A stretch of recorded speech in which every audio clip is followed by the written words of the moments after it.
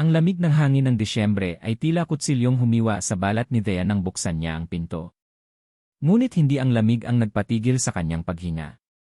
Hindi rin ang masayang tinig ng mga batang nangangaroling sa kanyang harapan. Ito ay ang mukha ng lalaking nakatayo sa likuran ng mga bata, bahagyang natatanglawan ng ilaw pamasko mula sa kalsada. Isang mukhang 7 taon niyang sinubukang kalimutan, 7 taon niyang ipinagdasal na sana ay huwag nang makitang muli. Sebastian Montenegro. Ang mundo ni Thea ay gumuho sa isang iglap. Ang masayang himig ng "Si Pasko na naman" ay tila naging isang malagim na musika sa kanyang pandinig. Nanigas ang kanyang mga kamay sa seradura ng pinto, at ang init mula sa loob ng kanyang maliit na bakashop ay biglang hindi sapat para pawiin ang ginaw na gumapang sa buo niyang katawan. Diyos ko! Huwag na yon. Huwag dito. Ang pinakamasakit sa lahat ay ang tanawin sa kanyang harapan. 2 sa mga batang masayang kumakanta, buong pusong ibinibigay ang kanilang munting palabas, ay ang sarili niyang mga anak. Si Lucas at si Luis. Ang kanyang kambal. Ang kanyang kambal na walang kamalay-malay na ang lalaking pinaghahandugan nila ng awit ay ang kanilang ama. Bago pa tumawag ang kampanilya sa pinto, ang mundo ni Thea ay payapa. Ang amoy ng bagong lutong pandesal at ensaymada ay nakahalo sa matamis na samyo ng pine tree mula sa maliit na Christmas tree sa isang sulok. Nasa likod ng counter ang kanyang matalik na kaibigang si Tess, abala sa pag-aayos ng mga order para bukas. Ang Pasko ang pinakaabala ngunit pinakamasayang panahon para sa kanilang The Sweet Corner. Simple lang ang buhay niya pero buo. Ito ang buhay na pinili niya, ang buhay na itinayo niya para sa kanyang mga anak, malayo sa anino ng nakaraan. Narinig niya ang tawanan ni Lucas at Luis mula sa maliit na kwarto sa likod. "Mama, ready na po kami." Sabi ni Tito Ben, malaki daw magbigay yung malaking bahay sa dulo, sigaw ni Lucas. "Mag-ingat kayo, mga anak. At huwag masyadong malikot, ha?" Paalala niya, isang ngiti ang sumilay sa kanyang labi. Ang mga anak niya ang kanyang lakas, ang kanyang lahat. Para sa kanila, kaya niyang harapin ang kahit ano. O iyon ang akala niya. Ngayon, sa harap ng lalaking minsan niyang minahal ng higit pa sa kanyang buhay, pakiramdam ni Thea ay wala siyang lakas. Ang mga pader na itinayo niya sa paligid ng kanyang puso sa loob ng 7 taon ay unti-unting gumuho. Natapos ang kanta. Isang masigabong palakpakan ang narinig mula kay Sebastian. "Ang gagaling ninyo, mga bata," sabi niya, ang boses na iyon, mas malalim, mas may otoridad ngayon, ngunit parehong boses na bumubulong ng mga pangako sa kanya noon, ay nagpadala ng kuryente sa kanyang sistema. Nakita ni Thea kung paano ngumiti ang kanyang mga anak. Ang puso niya ay dinudurog. "Salamat po, sir," sabay na sabi ng kambal. Lumapit si Sebastian para mag-abot ng pera. At doon, sa ilalim ng mas maliwanag na ilaw mula sa loob ng bakashop, nagtama ang kanilang mga mata. Nakita niya ang pagkabigla sa mukha nito, ang pagkunot ng noo, ang bahagyang pagbuka ng mga labi. Kilala pa rin siya nito. Paano siya makakalimutan? "Thea?" halos pabulong na tanong ni Sebastian. Hindi makasagot si Thea. Ang dila niya ay parang nakatali. Ang tanging nagawa niya ay ang tumango ng bahagya. Ang mga mata ay nagmamakaawang sana ay umalis na ito, sana ay matapos na ang bangungot na ito. Inabot ni Sebastian ang nakatuping 1,000 piso sa isa sa mga bata, ngunit ang mga mata niya ay nanatiling nakatitig kay Thea. Pagkatapos ay bumaling ang tingin nito sa kambal, mula kay Lucas, pabalik kay Luis. Nakita ni Thea ang pagbabago sa mukha ni Sebastian, mula sa pagkabigla, naging pagtataka, at ngayon isang dahan-dahang pagsibol ng pagdududa. Pinagmasdan nito si Luis na siyang may mas hawig sa kanya. Ang hugis ng mga mata, ang linya ng panga kahit sa murang edad. Nanlamig ang mga kamay ni Thea. Alam niya. Nakikita niya sa mga mata nito ang mga tanong na nagsisimulang mabuo. "Sige na, mga anak, uwi na tayo," sabi ng isa sa mga kasama ni Lucas. Nagpaalam na ang mga bata at nagsimulang maglakad palayo. "Lucas! Luis! Halikayo na sa loob," mabilis na tawag ni Thea, ang boses ay nanginginig. Kailangan niyang maipasok ang mga anak niya. Kailangan niyang maisara ang pinto. Lumingon ang kambal. "Mama, si Sir po nagbigay ng malaki," masayang sabi ni Luis, iwinawagayway ang pera. Ngumiti si Sebastian sa bata, isang ngiting hindi umabot sa kanyang mga mata. Ang atensyon niya ay bumalik kay Thea, na ngayon ay nakatayo sa may pintuan na parang isang estatwang naghihintay ng kanyang hatol. Akala ni Thea ay alis na ito. Akala niya ay hahayaan na lang nitong palipasin ang lahat. Ngunit humakbang ito palapit, isang hakbang na nagpabigat sa hangin sa pagitan nila. Ang dating pamilyar na pabango nito ay bumalot sa kanya, nagbalik ng mga alaalang pilit niyang ibinaon. Nakatayo lang ito sa kanyang harapan, matangkad at imposibleng hindi mapansin sa kanyang mamahaling coat. Ang dating binatang simple at palangiti ay isa ng lalaking makapangyarihan at seryoso. Pero sa likod ng lahat ng iyon, nakita pa rin ni Thea ang Sebastian na minahal niya, at iyon ang mas lalong nagpadurog sa kanyang puso. Dea. Muling sabi nito, ang boses ay mahina ngunit may bigat. Nag-iwas siya ng tingin, nakatuon sa semento sa kanyang paanan. Gabi na, Sebastian. Kailangan ko nang magsara. Pilit niyang pinatatag ang kanyang boses, ngunit narinig niya ang sarili niyang panginginig. Isang sandali ng katahimikan ang namayani, tanging ang malayong tunog ng trapiko at mga paputok ang maririnig. Pakiramdam ni Thea ay isang oras ang lumipas. Hinihintay niya itong tumalikod, umalis, at ibalik sa kanya ang payapang buhay na ninakaw nito sa loob lamang ng 5 minuto. Ngunit hindi ito umalis. Nang sa wakas ay nag-angat siya ng tingin, nakita niyang nakatitig pa rin ito sa kanya, ang mga mata ay puno ng mga tanong na hindi masabi. At pagkatapos, sa isang tinig na kalmado, ngunit sapat na para wasakin ang bawat pader na itinayo niya, nagtanong ito. Isang tanong na simple, direkta, at tumagos sa kanyang kaluluwa. Sino ang mga batang ito? Ang makina ng mamahaling sasakyan ni Sebastian ay halos walang ingay, ngunit sa loob ng kanyang isip, isang bagyo ang nagwawala. Ang mga kamay niya ay mahigpit na nakakapit sa manibela, ang mga ugat ay bakat na bakat. Bawat kanto na kanyang nilikuan palayo sa simpleng kalye, kung nasaan ang bakeshop ni Thea ay parang isang pagtalikod sa isang multo na 7 taon niyang gustong makita, ngunit kinatatakutan ding harapin.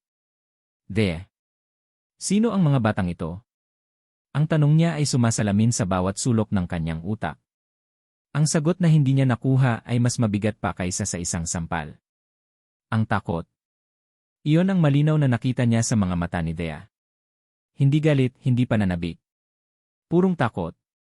At ang takot na iyon ang nagtulak sa kanya na isara ang pinto, literal at matalinghaga, sa kanyang mukha.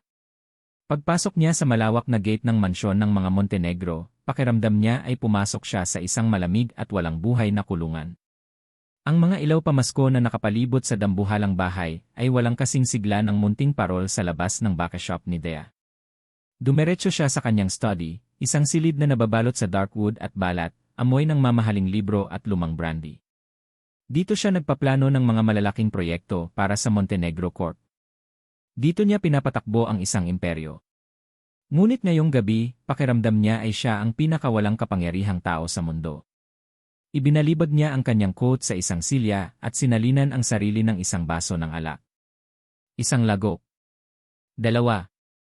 3. Ngunit hindi nito kayang pawiin ang imahe ng 2 batang lalaki. Lalo na ang isa sa kanila. Si Luis, kung tama ang pagkakarinig niya sa pangalan. Mayroong kakaiba sa bata. Isang pamilyar na kislap sa mga mata. Hindi niya napigilan ang sarili. Binuksan niya ang isang drawer sa kanyang mesa at kinuha ang isang maliit na kahon na matagal na niyang hindi binubuksan. Sa loob nito, naroon ang mga labi ng kanyang nakaraan. Ang mga labi ng kanilang nakaraan. Kinuha niya ang isang litrato. Siya at si Thea, nakaupo sa damuhan ng unibersidad, magkayakap. Ang ngiti ni Thea sa litratong iyon ay kasing liwanag ng araw. Ang mga mata nito ay puno ng pag-ibig at tiwala. Ang babae sa litrato ay malayong malayo sa babaeng nakita niya kanina, isang babaeng puno ng takot at pag-iwas. Anong nangyari sa iyo, Thea? Anong nangyari sa atin, bulong niya sa kawalan. Ang sakit ay bumalik, sariwa na parang kahapon lang nangyari.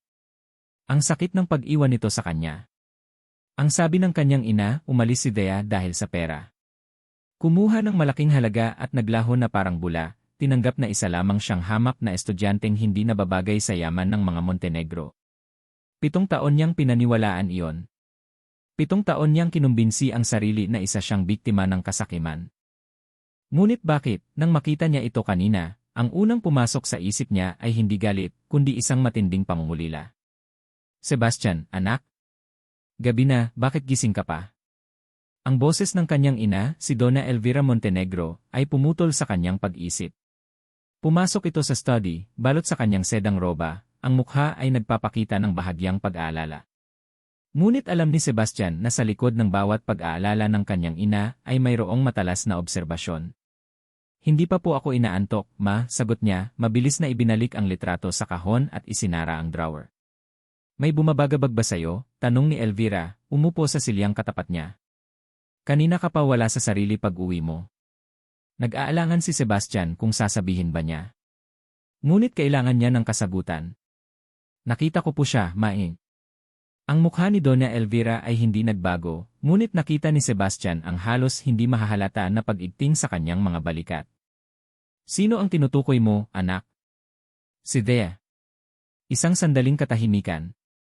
Ah, ang babaeng iyon, sabi ni Elvira sa isang tonong parang pinag-uusapan lang nila ang panahon. Saan mo naman siya nakita? Mayroon siyang maliit na baka shop sa isang barangay na nadaanan ko. Nangangaroling ang mga bata. Natigilan si Sebastian.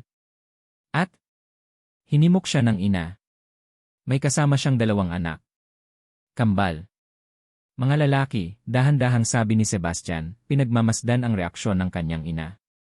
Isang matamis na ngiti ang sumilay sa labi ni Donna Elvira. Talaga? Mabuti naman kung ganoon. Ibig sabihin, nakahanap na siya ng bagong buhay. Isang buhay na mas bagay sa kanya. Ang bawat salita ay maingat na pinili, dinisenyo para ipaalala sa kanya ang kanilang agwat sa buhay. Huwag mo nang isipin yon, Sebastian. Matagal na siyang nawala. Pinili niya ang pera kaysa sayo. Tandaan mo yan. Pero maang isa sa mga bata. Hindi niya matuloy. Paano niya sasabihin? Paano niya ipapaliwanag ang pakiramdam na para kang tumitingin sa isang maliit na salamin ng iyong sarili? Anak, sabi ni Donna Elvira, ang boses ay lumambot ngunit may bakal na determinasyon sa ilalim nito. Huwag mong hayaang linlangin ka ulit ng babaeng iyon. Marahil ay sinadya niyang magpakita sa'yo. Marahil ay may plano na naman siyang masama. 7 taon na ang lumipas. Sika na ng Montenegro Corp. Marami kang dapat isipin. Huwag mong sayangin ang oras mo sa isang multo ng nakaraan. Tumayo na ito at lumapit sa kanya, hinaplos ang kanyang buhok. Magpahinga ka na. May dinner meeting ka bukas kasama ang mga Lee. Ang anak nilang si Cassandra ay kararating lang galing New York. Pagkaalis ng kanyang ina, mas lalong gumulo ang isip ni Sebastian. May punto ang kanyang ina. Ngunit mayroon ding isang boses sa loob niya na sumisigaw na mali ang lahat ng ito. Kinuha niya ang kanyang cellphone. Bago pa siya harangin ni Thea sa pinto, nagawa niyang kunan ng litrato ang mga batang kumakanta. Isang mabilis na pagpindot, malabo, ngunit sapat na. Pinalaki niya ang imahe, nakatuon sa mukha ni Luis. Tumayo siya at lumapit sa isang lumang estante. Kinuha niya ang isang family album na matagal nang hindi nabubuklat. Sa mga huling pahina, naroon ang mga litrato niya noong bata pa siya. At doon niya nakita. Isang litrato niya noong siya ay 7 taong gulang, nakangiti habang hawak ang isang bola ng basketball. Itinabi niya ang cellphone sa lumang litrato. Parang kidlat na tumama sa kanya ang katotohanan. Ang parehong mga mata. Ang parehong hugis ng kilay. Ang parehong paraan ng bahagyang pag-angat ng isang sulok ng labi kapag nakangiti. Hindi ito pagkakataon lang. Impossible. Ang ginaw na naramdaman niya kanina ay napalitan ng isang nag-aalab na apoy sa kanyang dibdib. Isang apoy ng pagdududa, ng galit, at ng isang damdaming hindi niya pinangalanan, isang matinding pangangailangan na malaman ang katotohanan. Hindi na mahalaga kung ano ang sinabi ng kanyang ina. Hindi na mahalaga ang 7 taon ng sakit at paniniwala sa isang kasinungalingan. Ang tanging mahalaga ay ang tanong na umiikot sa kanyang isip. Anak ko ba sila? Isinara niya ang album ng may determinasyon. Ang dinner meeting kasama ang mga Lee ay hindi na mahalaga. Mayroon siyang mas importanteng dapat gawin. Mayroon siyang kailangang harapin. Tumingin siya sa bintana sa madilim na gabi. Bukas. Bukas na bukas, babalik siya sa baka shop na yon. Hindi bilang isang dating kasintahan na naghahanap ng paliwanag. Kundi bilang si Sebastian Montenegro, na may isang business proposal. Iyon ang kanyang magiging dahilan. Ang kanyang paraan para makapasok muli sa mundo ni Thea. Isang malamig at determinadong ngiti ang gumuhit sa kanyang mga labi. Kailangan kong malaman ang totoo, bulong niya sa sarili, ang boses ay matigas at puno ng kapasyahan.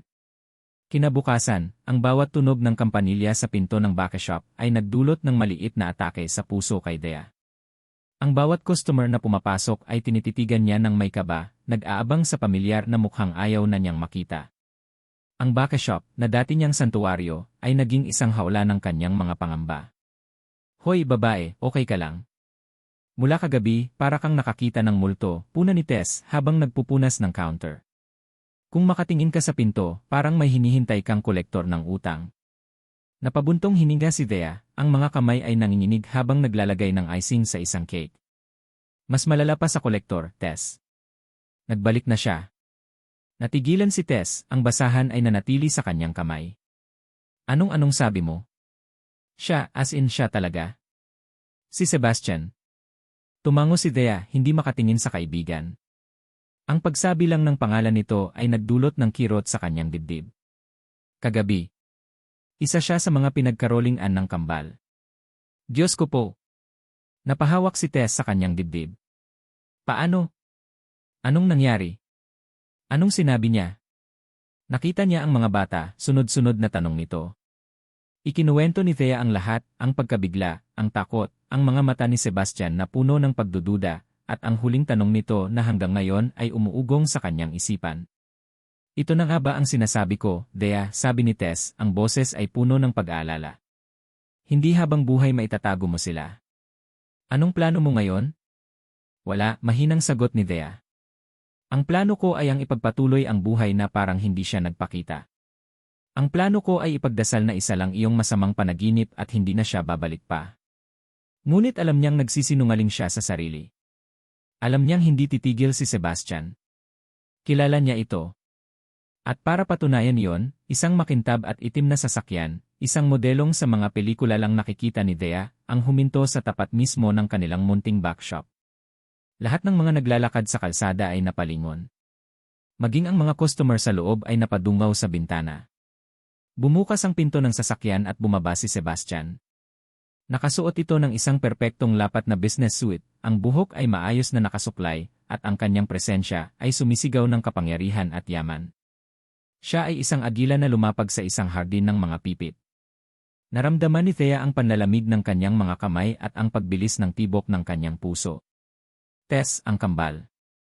Huwag mong palabasin, kahit anong mangyari, pabulong niyang utos, ang mga mata ay nakapako sa lalaking naglalakad palapit sa kanilang pinto. Pumasok si Sebastian.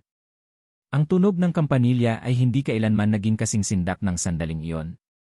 Ang masayang usapan sa loob ng bakashop ay biglang humina. Lahat ng mata ay napunta sa bagong dating.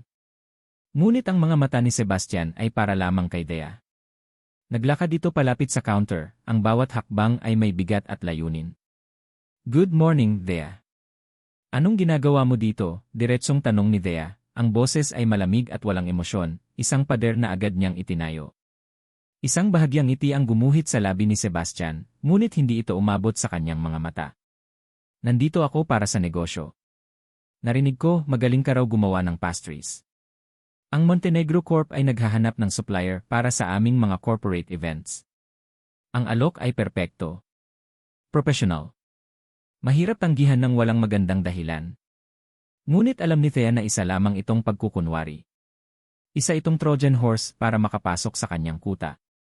Salamat sa alok, pero hindi ko kaya, sagot niya, ang mga kamay ay nakakuyom sa ilalim ng counter. Maliit lang ang backshop ko. Hindi ko kayang mag-supply para sa isang malaking kumpanya. Kaya naming tulungan ka.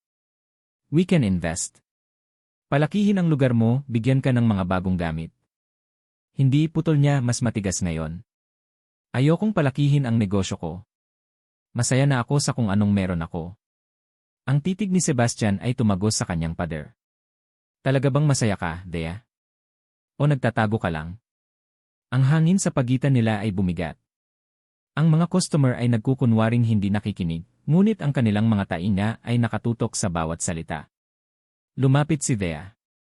Kung tapos ka na sa business proposal mo, marami pa akong ginagawa, yun ang Montenegro. Ang paggamit niya ng apelyido nito ay isang malinaw na mensahe, mga estranghero na sila. Ang sakit ay gumuhit sa mukha ni Sebastian, ngunit agad din itong nawala, napalitan ng determinasyon.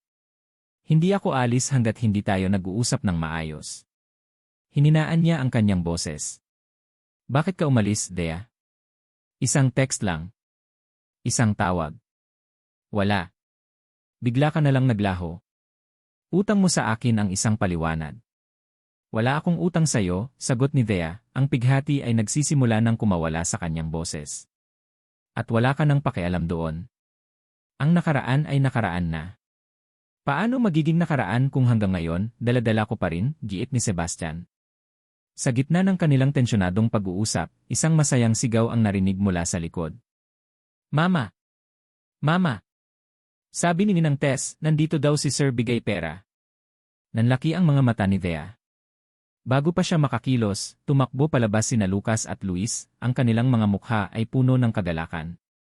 Tumakbo sila palapit sa counter, hindi pa nila napapansin ang mabigat na atmosfera.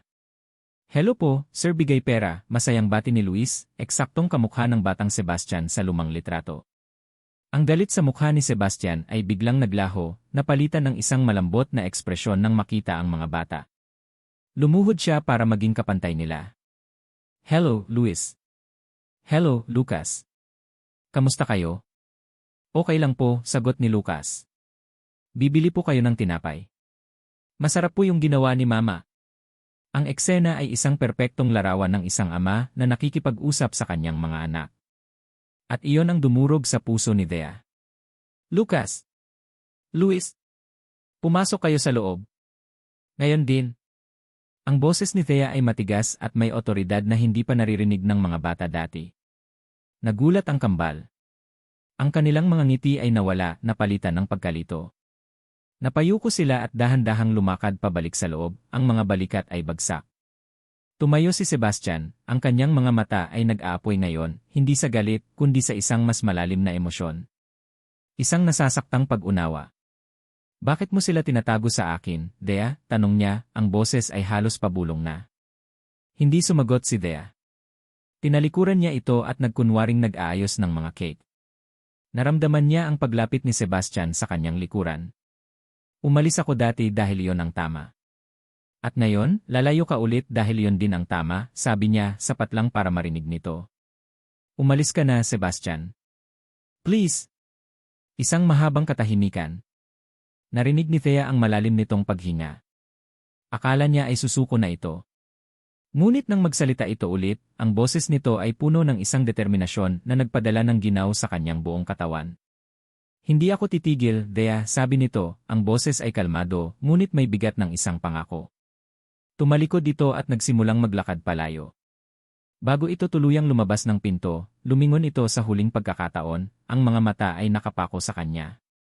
Hindi hanggat sabihin mo sa akin ang dahilan kung bakit pakiramdam ko ay ninakawan mo ako ng isang bagay na napakahalaga.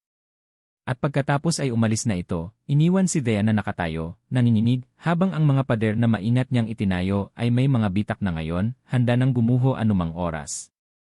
Ang mga salita ni Thea, ninakawan mo ako ng isang bagay na napakahalaga, ay parang sirang plakang paulit-ulit na tumutugtog sa isip ni Sebastian.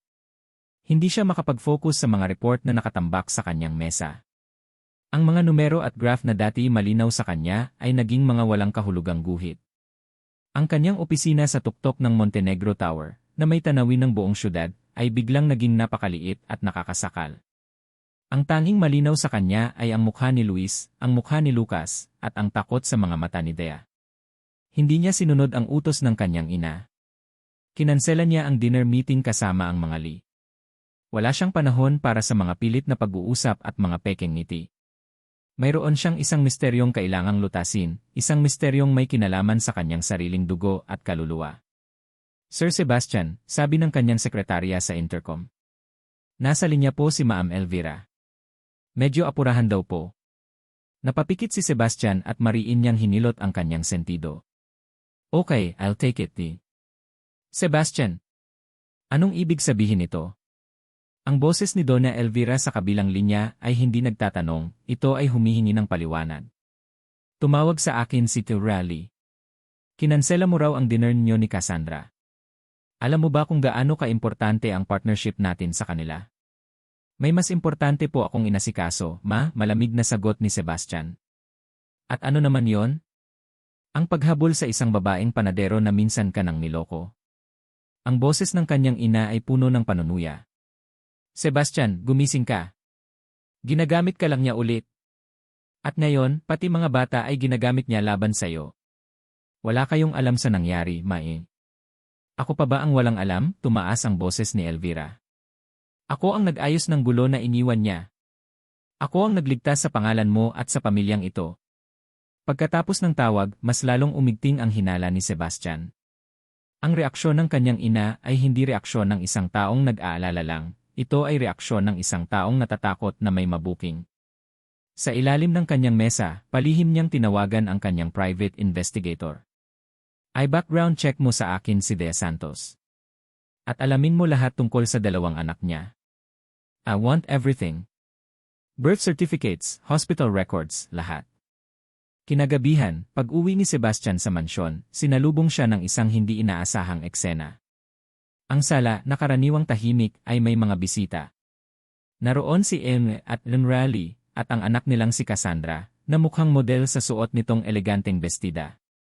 At sa gitna ng lahat, ang kanyang ina, si Donna Elvira, na may ngiting tagumpay sa mga labi. Sebastian, Hijo! Mabutit dumating ka na, bati ni Elvira, na para bang wala silang naging mainit na pag-uusap kanina. Nag-aalala kasi ako na baka masyado kang nagtatrabaho, kaya inimbita ko na lang sila rito para sa isang simpleng hapunan. Isang patibong. Napatingin si Sebastian sa kanyang ina, at sa isang iglap, nakita niya hindi ang isang mapagmahal na magulang, kundi isang bihasang strategist na isinasaayos ang kanyang mga piyesa sa chessboard. Wala siyang nagawa kundi ang ngumiti ng pilit at samahan ang mga bisita sa hapagkainan. Ang hapunan ay isang pagpapahirap. Si Cassandra ay walang tigil sa pagkukwento tungkol sa kanyang buhay sa New York, sa kanyang mga art exhibits, at sa mga sikat na taong nakilala niya. Maganda siya, matalino, at perpektong kapareha para sa isang na tulad niya sa papel. Ngunit habang nagsasalita ito, ang isip ni Sebastian ay lumilipad sa amoy ng tinapay sa backshop ni Dea at sa tawa ng dalawang batang lalaki. Pagkaalis ng mga bisita, hindi na napigilan ni Sebastian ang sarili. Ma, ano po ba nang ginagawa ninyo? Tanong niya nang silang dalawa na lang ang naiwan. I'm securing your future, Sebastian, kalmadong sagot ni Elvira, habang inaayos ang isang bulaklak sa florera. Isang bagay na hindi kayang ibigay sa iyo ng babaeng iyon. Gusto ko lang pong malaman ang totoo, giit ni Sebastian. Gusto kong malaman ang eksaktong nangyari noong araw na umalis siya. Ano po ba talagang sinabi niya? Saan po kayo nagkita? Bakit parang wala man lang nakakaalam na iba? Sa bawat tanong ni Sebastian, ang kalmadong ekspresyon ni Donna Elvira ay unti-unting naglalaho. Bakit mo pa binabalikan yan? Hindi ba sapat na sinabi kong kumuha siya ng pera at umalis? Kailangan mo pa bang ungkatin ang isang nakakahiyang parte ng buhay mo? Naging depensibo ito at bahagyang tumaas ang boses. Ang importante ay wala na siya. At mas mabuting manatili siyang wala. Ang pagiging depensibo ng kanyang ina ang nagbigay kay Sebastian ng kumpirmasyong hinahanap niya. May mali. May itinatago ito. Umalis siya sa sala at hinanap ang kanyang ama. Natagpuan niya si Don Ricardo sa hardin, tahimik na nakaupo sa isang bench, nakatingin sa malayo. Ang kanyang ama ay palaging isang anino sa kanilang tahanan, isang taong mas pinipili ang katahimikan kaysa sa komprontasyon sa kanyang asawa. Pa, mahinang tawag ni Sebastian. Lumingon si Don Ricardo, isang malungkot na ngiti ang sumilay sa kanyang mga labi. Mukhang mahirap ang gabi mo, anak. Pa, may itatanong po sana ako tungkol kay Dea. Ang pangalan ay nagpabigat sa hangin. Napabuntong hininga ang matanda. Ang iyong ina matindi ang pagmamahal niya sa iyo, Sebastian. Minsan, sa sobrang tindi, nakakagawa siya ng mga bagay na sa tingin niya ay tama, kahit na ito'y mali. Anong ibig niyong sabihin, pa? Alam niyo po ba ang nangyari? Umiling si Don Ricardo, umiiwas sa direktang tanong. Ang masasabi ko lang, anak, ay ito. Tumingin ito ng diretsyo sa mga mata ni Sebastian, at sa unang pagkakataon sa loob ng maraming taon, nakita ni Sebastian ang isang kislap ng dating tapang sa mga mata ng kanyang ama. Hindi lahat ng nakikita mo ay totoo, anak. Minsan, kailangan mong maghukay para mahanap ang ginto. Ang mga salitang iyon, kahit hindi direktang sagot, ay sapat na. Sapat na para patunayan ang lahat ng hinala niya. Nagpaalam si Sebastian at naglakad pabalik sa loob ng bahay, ang kanyang isip ay mas gumagana pa kaysa dati. Habang naglalakad siya sa isang mahabang pasilyo, isang anino ang gumalaw mula sa isang sulok. Si Mang Lito, ang matagal ng driver at pinagkakatiwalaan ng kanyang ama. Sir Sebastian, pabulong na tawag ni Mang Lito, mabilis na lumingon sa paligid para siguraduhing walang nakakakita. Bakit po, Mang Lito? May kinuha si Mang Lito mula sa kanyang bulsa. Isang luma at kinakalawang na susi. Mabilis niya itong inilagay sa palad ni Sebastian at isinara ang mga daliri nito. Pasensya na po sa panghihimasok, sir, halos pabulong na sabi ng matanda. Pero matagal na pong binabagabag ng konsensya ang ama niyo. Hindi niya kayang magsalita pero gusto niyang malaman niyo ang totoo. Tinitigan ni Sebastian ang susi. Ano po ito? Ito po ang susi sa lumang bodega ng ama niyo sa likod ng bahay. Baka may makita kayong makakatulong sa inyo, sir.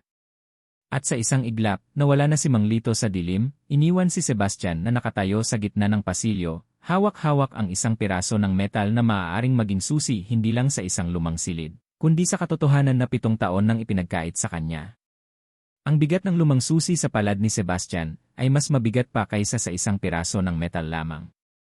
Ito ang bigat ng 7 taong kasinungalingan. Ito ang bigat ng isang katotohanang naghihintay na matuklasan sa gitna ng kadiliman. Hinintay niyang tumahimik ang buong mansyon. Hinintay niyang mapatay ang lahat ng ilaw at marinig ang huling pag-akyat ng mga katulong sa kanilang mga silid. Sa ilalim ng takip ng hating gabi, dahan-dahan siyang lumabas patungo sa likod bahay. Ang bodega, na nasa dulo ng malawak na hardin, ay tila isang nakalimutang bantayog. Makapalang alikabok sa pinto nito at ang mga baging ay nagsisimula ng gumapang sa mga dingding. Ang pagpihit ng susi sa kinakalawang na seradura ay lumikha ng isang nakakabinging tunog sa katahimikan ng gabi. Dahan-dahan niyang itinulak ang pinto. Sinalubong siya ng amoy ng alikabok at lumang papel, amoy ng mga bagay na matagal nang naitago at kinalimutan. Ginamit niya ang flashlight ng kanyang cellphone para tanglawan ang daan. Ang bodega ay puno ng mga lumang gamit, sirang silya, mga kahon ng mga lumang damit, at mga painting na nababalutan ng puting tela. Ngunit sa isang sulok, sa ilalim ng isang lona, may isang bagay na kakaiba. Isang maliit at bakal na safety box. Lumuhod si Sebastian sa harap nito. Nanginginig ang kanyang mga kamay habang sinusubukan ang mga kombinasyon na alam niya, ang birthday ng kanyang mga magulang. Walang gumana. Ngunit may isang petsa na bigla na lang pumasok sa kanyang isip. Ang petsa kung kailan huli silang nagkita ni Dea. Sinubukan niya ito. Isang click. Bumukas ang kahon. Ang kanyang paghinga ay halos tumigil. Sa loob, maayos na nakasalansan ang isang folder. Ang unang papel na nakita niya ay isang kopya ng bank statement. Nakapangalan ito kay Dea Santos. Hinanap ng kanyang mga mata ang petsa, 7 taon na ang nakalilipas. At doon, sa listahan ng mga transaksyon, walang kahit isang malaking deposito. Walang kahit anong halaga na tumutugma sa sinasabi ng kanyang ina. Nanginginig ang kanyang mga kamay habang binubuklat ang mga susunod na pahina. Naroon ang mga resulta ng background check na tila ipinagawa ng kanyang ama noon pa, ang tirahan ng pamilya ni Dea sa probinsya, ang kanilang simpleng pamumuhay. Walang bakas ng bigla ang pagyaman. Walang anumang nagpapatunay sa mga paratang ni Donna Elvira. At pagkatapos nakita niya ito. Isang kopya ng tseke mula sa bangko. Isang check mula sa personal na account ni Donna Elvira Montenegro, nakapangalan kay Althea Santos. At ang halaga, 5 milyong piso. Ang halagang sinabi ng kanyang ina na kinuha ni Dea kapalit ng paglisan nito.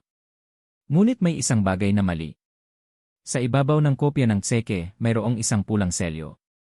Isang salita na sumunog sa kanyang mga mata at nagpaguho sa buong mundong kanyang pinaniniwalaan. Uncashed. Hindi nagastos. Hindi kinuha. Ang tseke ay hindi kailanman na encash. Nahulog ang mga papel mula sa kanyang nanginginig na kamay. Hindi maaari, bulong niya sa sarili. Paulit-ulit. Hindi. Ang kasinungalingan. 7 taon. 7 taon ng galit. 7 taon ng pagkamuhi. Lahat ay nakabase sa isang malaking kasinungalingan. Ang sakit ay hindi na lamang kirot, ito ay isang kutsilyong paulit-ulit na isinasaksak sa kanyang dibdib. At sa ilalim ng lahat ng mga dokumento may isang sobre. Luma na ang papel, bahagyang naninilaw sa mga gilid. Ang sulat kamay ay pamilyar. Ito ang sulat kamay ni Thea. Nanginginig ang kanyang mga kamay habang binubuksan ito. Isang liham. Isang liham na hindi kailanman nakarating sa kanya. Based? Kung nababasa mo ito, marahil ay huli na ang lahat. O marahil, ito ang tanging paraan para malaman mo ang katotohanan. Hindi ko alam kung paano sisimulan. Hindi ko alam kung paano sasabihin ang mga salitang magpapaliwanag sa sakit na idudulot ko sa iyo. Umalis ako, Beste. Pero hindi dahil sa pera. Hindi dahil sa hindi kita mahal. Umalis ako dahil mahal na mahal kita. Mahal na mahal ko ang pamilya ko. At mahal na mahal ko ang munting buhay na nagsisimula ng mabuo sa loob ko. Based, magiging tatay ka na. Tayo. Magkakaroon tayo ng anak. Pero ang ina mo kinausap niya ako. Binigyan niya ako ng tseke, pero kasabay nito ay isang banta. Isang banta na sisirain niya ang buhay ng pamilya ko, na sisirain niya ang pangarap mo. Sinabi niyang isa lang akong hadlang sayo. At sa isang sandali ng kahinaan at takot, naniwala ako. Hindi ko kinuha ang pera, Beste. Ipinadala ko ito pabalik kasama ng liham na ito. Ito ang patunay ko sayo. Umalis ako na walang dala kundi ang pag-ibig ko para sa iyo at ang anak natin sa sinapupunan ko.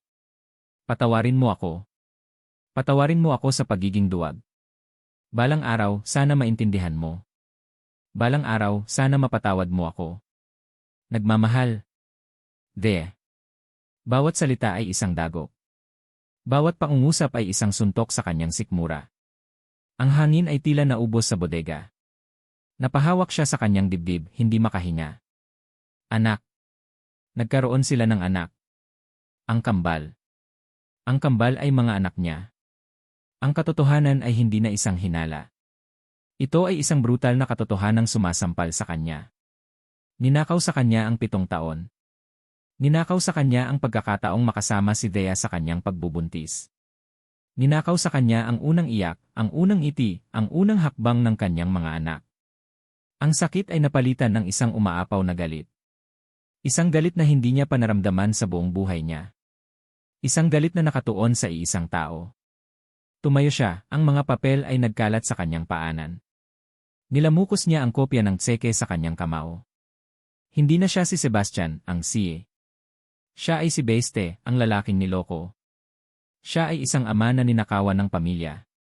Nilisan niya ang bodega at nagmartsa pabalik sa mansyon na parang isang bagyo.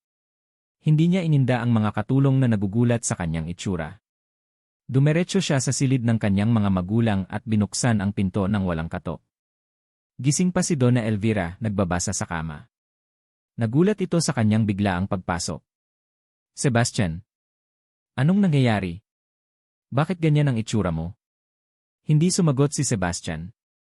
Lumakad siya palapit sa kama, ang bawat hakbang ay mabigat at puno ng bagsik. Inihagis niya sa ibabaw ng kumot ang mga papel na hawak niya, ang bank statement, ang kopya ng hindi na encash na tseke, at ang liham ni Thea. Ang mga mata ni Donna Elvira ay nanlaki nang makita ang mga dokumento. Ang kulay ay unti-unting nawala sa kanyang mukha. Saan-saan mo nakuha ang mga yan, nanginginig niyang tanong. Hindi na yan ang mahalaga, sabi ni Sebastian. Ang boses niya ay kalmado sa isang paraan na mas nakakatakot kaysa sa sigaw. Ang mahalaga ay ang tanong na ito, Mae. Yumuko siya, ang mukha niya ay ilang pulgada na lang ang layo sa ina. Ang mga mata niya ay nag-aapoy. Bakit? Isang salita lang, ngunit naglalaman ito ng 7 taon ng sakit, pagdududa, at pagkakanulo. Bakit, Mama? Bakit niyo ito ginawa sa akin? Ang kalmadong boses ay biglang pumailan lang. Isang sigaw na puno ng pighati at galit na umalingaw sa buong silid. Sebastian, anak, makinig kali. Sinubukan ni Elvira, ang mga kamay ay nanginginig habang inaabot siya. Makinig? 7 taon akong naniwala sa mga kasinungalingan niyo. 7 taon kong kinamuhian ang babaeng pinakamamahal ko. 7 taon kong inisip na ipinagpalit niya ako sa pera, habang ang totoo, kayo. Kayo ang sumira sa amin. Ginawa ko lang yon para sa'yo. Para sa kinabukasan mo. Hindi siya nababagay sa pamilyang ito, depensa ni Elvira, ang takot ay napapalitan na ng sarili niyang galit. Para sa akin. O para sa pangalan ng pamilya? Para sa reputasyon nyo? Tumawa si Sebastian, isang tawang walang bahid ng saya, puno ng pait. Kinuha niyo ang lahat sa akin. Kinuha niyo ang pagkakataon kong maging asawa. Kinuha niyo ang pagkakataon kong maging ama. Sa puntong iyon, nagising na si Don Ricardo at lumabas mula sa katabing silid. Nakita niya ang eksena, ang mga papel na nakakalat, at ang nag-aapoy na galit sa mga mata ng kanyang anak. Sinabi ko na sayo, Elvira, mahinang sabi ni Don Ricardo. Lalabas din ang totoo. Manahimik ka, Ricardo. Wala kang alam, sigaw ni Elvira sa asawa, bago muling humarap kay Sebastian. Ginawa ko. At kung bibigyan ako ng pagkakataon, gagawin ko ulit. Iniligtas kita sa isang pagkakamali. Ang mga salitang iyon ang huling patak na nagpaapaw sa baso. Umiling si Sebastian, ang mga luha ng galit at pagsisisi ay nagsimula ng mamuo sa kanyang mga mata. Hindi. Hindi niyo ako iniligtas, sabi niya, ang boses ay basag na. Sinira ninyo ang buhay ko. Tumalikod siya, hindi na kayang tingnan pa ang mukha ng sariling ina. Bawat sandali na manatili siya sa bahay na iyon ay parang paglunok ng lason. Ang bawat sulok ay puno ng alaala ng isang malaking kasinungalingan. Sebastian, saan ka pupunta? Sigaw ni Elvira. Hindi siya lumingon. Nagpatuloy siya sa paglakad palabas ng silid, palabas ng mansyon. Sebastian, bumalik ka rito. Ang huling narinig niya ay ang desperadong sigaw ng kanyang ina. Ngunit hindi na niya ito pinansin. Kinuha niya ang susi ng kanyang sasakyan at pinaandar ito. Ang tanging nasa isip niya ay si Thea. Si Thea na nag-isang pinalaki ang kanilang mga anak. Si Thea na nagdusa dahil sa kanya, dahil sa pamilya niya. Kailangan niyang makarating dito. Kailangan niyang humingi ng tawad. Kailangan niyang subukang ayusin ang lahat ng nasira. Habang pinapatakbo niya ng mabilis ang sasakyan sa madilim na kalsada, isang sigaw ng pagkadurog at pagsisisi ang kumawala mula sa kanyang lalamunan. Isang sigaw na para sa 7 taong nawala, para sa 2 anak na hindi niya nakilala, at para sa isang pag-ibig na winasak ng sarili niyang ina. Sinira ninyo ang buhay ko. At sa gitna ng gabi, ang tanging direksyon na alam niya ay ang daan pabalik sa maliit na bakashop kung saan naghihintay ang kanyang nakaraan, ang kanyang kasalukuyan, at ang kanyang tanging pag-asa para sa isang hinaharap. Ang gabi ay lumalim, ngunit ang isip ni Thea ay hindi mapanatag. Matapos isara ang bakashop, ilang beses niyang sinilip ang kambal na mahimbing nang natutulog sa kanilang maliit na silid. Ang payapa nilang mga mukha, ang kanilang walang malay na paghinga, ito ang kanyang mundo. At ang mundong iyon ay nasa bingit ng pagguho. Ang pagbabalik ni Sebastian ay parang isang mabagal na kumikilos na bagyo. Alam niyang hindi ito titigil. Ngunit hindi ang katigasan ng ulo ni Sebastian ang kanyang pinakamalaking kinatatakutan. Ito ay ang babaeng nasa likod ni Sebastian. Si Donna Elvira Montenegro. Habang nag-aayos siya ng mga gamit para sa susunod na araw, isang marahan ngunit mariin na katok sa pinto ng bakashop ang nagpatigil sa kanya. Napahawak siya sa kanyang dibdib. Huli na. Wala nang customer sa ganitong oras. Dahan-dahan siyang sumilip sa maliit na siwang ng bintana.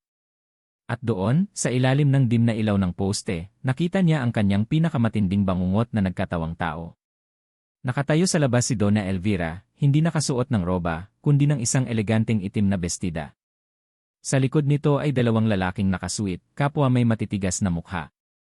Ang hangin ay tila lalong lumamig. Alam ni Thea na wala siyang pagpipilian. Pinakiramdaman niya ang sarili, huminga ng malalim at dahan-dahang binuksan ang pinto. Magandang gabi, Thea, bati ni Donna Elvira, ang boses ay kasing lamig ng hangin ng Disyembre. Ang kanyang mga mata ay matalas na sinusuri ang loob ng bakashop, ang bawat sulok, na parabang dinudungisan nito ang lugar sa kanyang tingin pa lang. Anong kailangan nyo? Diretsong tanong ni Thea, pinipilit na huwag ipakita ang takot na gumagapang sa kanyang kalamnan. Huwag na tayong magpaligoy-ligoy pa, sabi ni Elvira, humahakbang papasok ng walang paanyaya. Ang 2 lalaki ay nanatili sa labas, parang mga estatwang bantay. Alam kong hinahabol ka na naman ng anak ko. At alam kong ginagamit mo ang mga bata para makuha ang gusto mo. Wala po akong ginagamit, matigas na sagot ni Thea. At wala akong kailangan sa inyo o sa anak niyo. Isang mapanuyang tawa ang kumawala sa mga labi ni Donna Elvira. Talaga ba? 7 taon na ang nakalipas, Thea. Nagbago na ang mga bagay-bagay. Noon, pera lang ang katapat mo. Mukhang ngayon, mas malaki na ang ambisyon mo. Umalis na po kayo, sabi ni Thea, nanginginig na itinuro ang pinto. Ngunit hindi na tinag si Donna Elvira. Lumapit ito, ang kanyang mga mata ay parang mga punyal. Nakikita ko ang mga batang iyon. Ang dugo ng mga Montenegro ay hindi maikakaila. Sila ay mga Montenegro. Huminto ito sa harap mismo ni Thea. At ang mga batang iyon ay hindi ko hahayaang palakihin sa ganitong lugar. Ang bawat salita ay isang sampal. Ang bawat salita ay nagpapatunay sa lahat ng kinatatakutan ni Thea. Hindi niyo sila makukuha, sabi ni Thea, ang boses ay basag ngunit puno ng determinasyon ng isang ina. Muling ngumisi si Donna Elvira. At sa pagkakataong ito, ang kanyang mga salita ay hindi na patutsada. Ito ay isang direktang banta. Makinig ka at makinig kang mabuti, babae. Noon, binigyan kita ng pagpipilian. Ngayon, bibigyan kita ng utos. Mayroon akong pinakamahuhusay na abogado sa buong Pilipinas. Mayroon akong pera para bilhin ang hustisya. Mayroon akong kapangyarihan para sirain ka sa isang pitik lang ng aking mga daliri. Kung hindi ka alis, ay dedemanda kita. Kukunin ko ang custody ng mga apo ko. Ipapamukha ko sa korte na ikaw ay isang unfit mother. Isang babaeng walang matatag na trabaho, walang maayos na tirahan, isang babaeng itinatago ang mga anak mula sa kanilang ama. Sa tingin mo, sino ang paniniwalaan ng korte? Ang isang hamak na panadero, o si Donna Elvira Montenegro. Ang mundo ni Thea ay gumuho. Ang hangin ay naubos sa kanyang mga baga. Ang mga binti niya ay tila babigay na.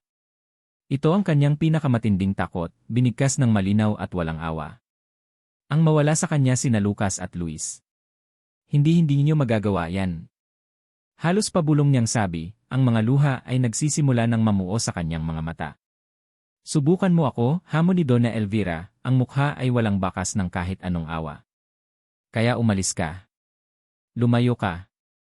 Dalhin mo ang mga bata at maglaho kayo na parang bula, tulad ng ginawa mo noon. Ito na ang huling pagkakataon na magiging mabait ako sa'yo. Kung bukas ng umaga ay narito ka pa rin, sisimulan ko na ang laban. At sisiguraduhin kong hindi ka mananalo.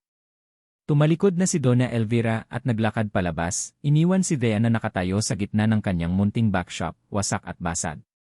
Nang magsara ang pinto, napaluhod si Thea sa sahig. Ang mga pigil na hikbi ay naging isang malakas na iyak ng kawalan ng pag-asa. Ang babaeng iyon ay hindi nagbibiro. Alam niyang kaya nitong gawin ang lahat ng sinabi nito. Siya ay isang langgam na sinusubukang labanan ang isang elepante. Wala siyang laban. Tumayo siya, ang mga binti ay nanginginig. Pumasok siya sa silid ng mga anak niya. Pinagmasdan niya ang kanilang mga natutulog na mukha. Hinaplos niya ang buhok ni Lucas, pagkatapos ay ang pisngi ni Luis. Ang kanyang mga anak. Ang kanyang buhay. Hindi niya kayang mawala sila. Hinding-hindi. Mayroon lang siyang isang pagpipilian. Ang parehong pagpipilian na ginawa niya 7 taon na ang nakalilipas. Ang tumakas. Kinuha niya ang isang malaking maleta mula sa ilalim ng kama at sinimulang ilagay doon ang mga damit ng mga bata. Ang bawat piraso ng damit ay parang isang tinik sa kanyang puso. Ang kanyang mga kamay ay nanginginig, ang kanyang mga luha ay walang tigil sa pagpatak sa mga damit na kanyang tinutupi. Mama. Isang maliit na boses ang pumutol sa katahimikan. Nakaupo na si Lucas sa kama, kinukusot ang kanyang mga mata. Bakit po kayo umiiyak? Aalis po ba tayo? Hindi makasagot si Thea. Yumuko siya at niyakap ng mahigpit ang kanyang anak. Naramdaman niya ang paggalaw ni Luis sa tabi nito. Mama, may monster po ba? Tanong ni Luis, ang boses ay puno ng antok.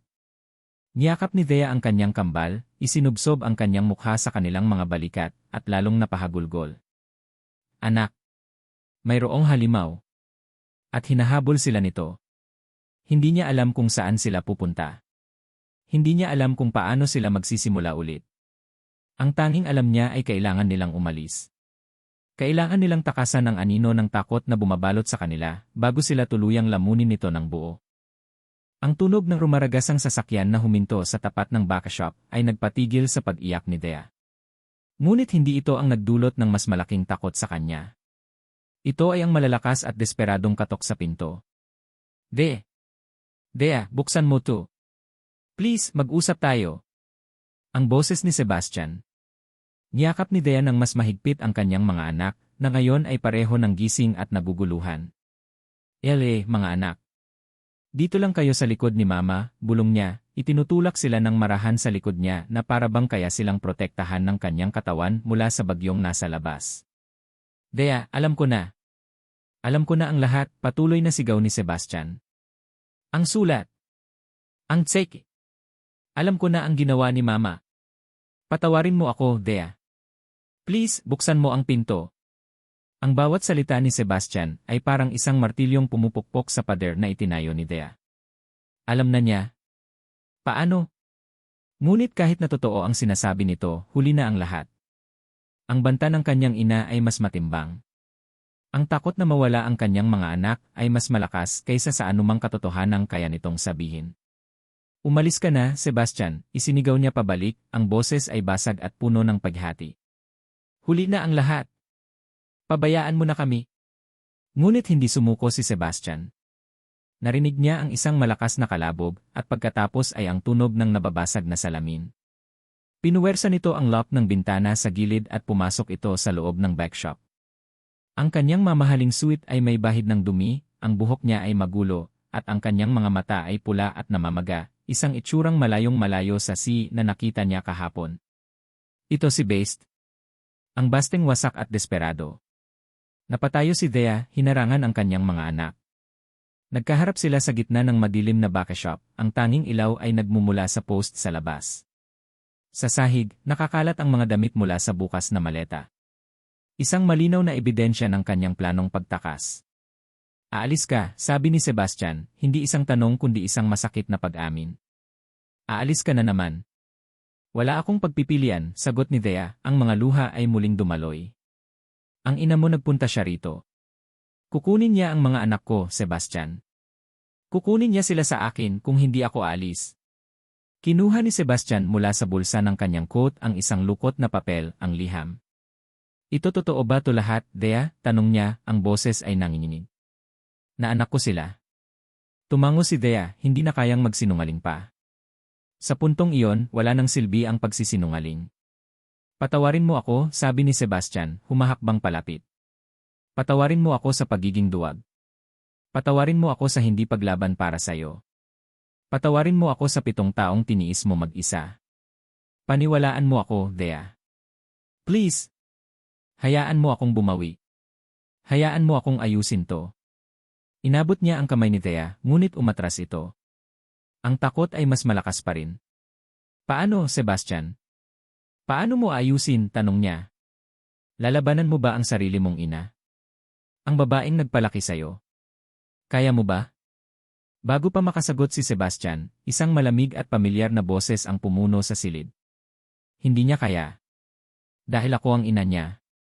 Nakatayo sa bukana ng pinto si Donna Elvira Montenegro, ang mukha ay isang maskara ng malamig na galit. Sa likod niya, naroon na naman ang 2 lalaking nakasweet. Nakita niya ang bukas na maleta, si Dea na umiiyak, at si Sebastian na naroroon. Ang kanyang plano ay nasira. Sebastian, umuwi ka na, mahinahong utos ni Elvira, na parabang kinakausap ang isang paslit. Hayaan mo akong tapusin ang problemang ito. Hindi sila problema, ma, sigaw ni Sebastian, humahakbang paharap para harangan si Dea at ang mga bata.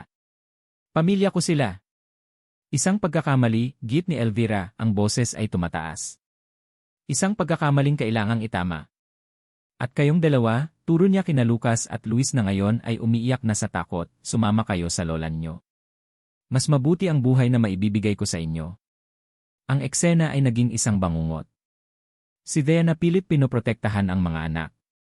Si Sebastian na nakatayo sa pagitan ng kanyang nakaraan at ng kanyang kinabukasan. At si Donna Elvira na handang gawin ang lahat para makuha ang gusto niya. Ngunit isang boses ang pumutol sa kanilang lahat. Isang boses na matagal nang nanahimik. Tama na, Elvira. Itigil mo na ang kabaliwan na ito. Lahat sila ay napalingon. Nakatayo sa likod ni Donna Elvira si Don Ricardo, ang kanyang asawa. Ang kanyang mukha ay pagod, ngunit ang kanyang mga mata ay may apoy na ngayon lang nakita ni Sebastian. Sa kauna-unahang pagkakataon, hindi siya isang anino. Ricardo. Anong ginagawa mo rito? Huwag kang makialam, gulat na sabi ni Elvira. Makikialam ako dahil pamilya ko rin sila, matigas na sagot ni Don Ricardo. Lumakad siya at tumabi kay Sebastian. Humarap siya sa kanyang asawa. Ako ang nagbigay ng susi kay Sebastian. Ako ang nagtago ng mga ebidensya. Dahil alam kong mali ka, Elvira. Noon pa man, alam ko nang mali ka. Pinabayaan kitang magkamali dahil naging mahina ako. Pero hindi na ngayon. Hindi ko nahahayaang sirain mo pa ang buhay ng anak natin. Napatulala si Donna Elvira. Sa isang iglap, ang babaeng makapangyarihan ay nag-iisa. Ang kanyang asawa at anak ay nasa kabilang panig. Tumingin si Sebastian sa kanyang ama nang may pasasalamat bago muling humarap sa kanyang ina. Ang kanyang mga mata ay hindi na nag-aapoy sa galit, kundi puno ng isang malungkot na determinasyon. Sila ang pamilya ko, ma, sabi niya mas matatag ngayon. Si Thea ang babaeng mahal ko. At sina Lucas at Luis ang mga anak ko. At kung kailangan kong talikuran ang lahat, ang pangalan, ang pera, ang kumpanya, para sa kanila, gagawin ko. Humarap siya kay Thea. Hinawakan niya ang mga kamay nito. Sa pagkakataong ito, hindi na ito pumalad. Ipaglalaban ko kayo, Thea. Kahit kanino. Kahit sa sarili kong ina. Hayaan mo lang ako. Huwag kang umalis. Si Thea ay nakatingin kay Sebastian, ang lalaking buong tapang na nakatayo sa harap niya, handang isuko ang lahat. Tumingin siya kay Don Ricardo, na nagbibigay sa kanya ng isang maliit na tango ng suporta. At tumingin siya kay Donna Elvira, na ngayon ay nakatayo, talunan at hindi makapaniwala. Ang takot sa kanyang puso ay naroon pa rin. Ang mga sugat ng nakaraan ay malalim. Ang pagtitiwala ay isang babasaging bagay na minsan nang nadurog. Ngunit sa tabi ng takot, may isang bagong damdamin na sumisibol. Pag-asa. Humigpit ang hawak niya sa kamay ni Sebastian. Ang mga luha sa kanyang mata ay hindi na lamang luha ng sakit, kundi luha ng isang pusong hindi na alam kung ano ang gagawin. Tumingin siya ng diretsyo sa mga mata ni Sebastian, at sa isang tinig na basag ngunit puno ng lahat ng kanyang pagdududa at munting pag-asa, ibinigay niya ang tanong na magpapasya ng kanilang kinabukasan. Paano kita muling pagkakatiwalaan? Ang tanong ni Thea ay nanatiling nakabitin sa mabigat na hangin ng bakashop, isang tanong na hindi masagot ng simpleng, si o hindi. Hindi ito masagot ng mga salita, kundi ng panahon at ng mga gawa. At iyon mismo ang ginawa ni Sebastian.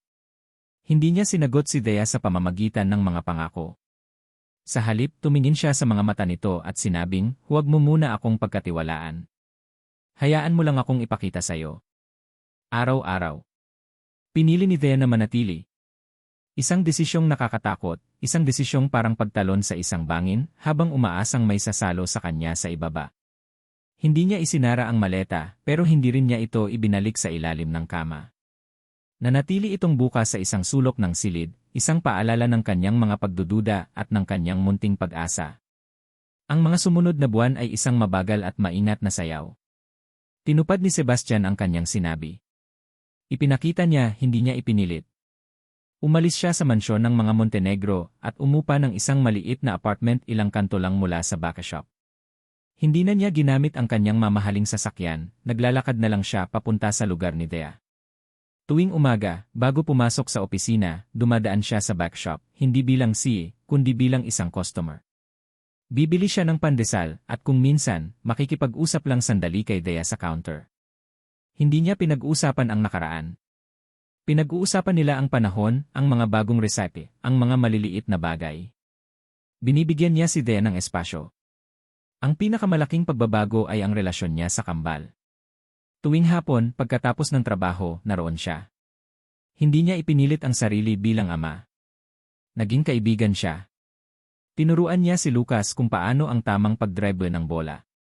Nakipaglaro siya ng video games kay Luis.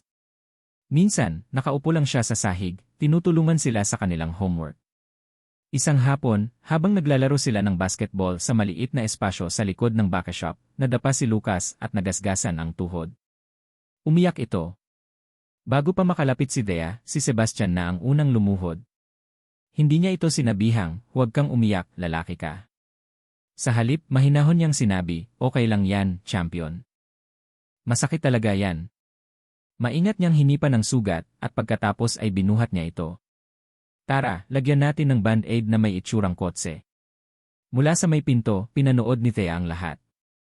At sa unang pagkakataon, ang pader ng yelo sa paligid ng kanyang puso ay nagsimulang makaramdam ng kaunting init. Ang pagpapatawad ay hindi isang iglap lang nangyari. Ito ay isang proseso. Isang gabi, habang tulog na ang mga bata, nag-usap sila ni Sebastian sa labas ng baka shop, nakaupo sa isang simpleng bench. Natatakot pa rin ako, pag-amin ni Thea, ang boses ay halos pabulong.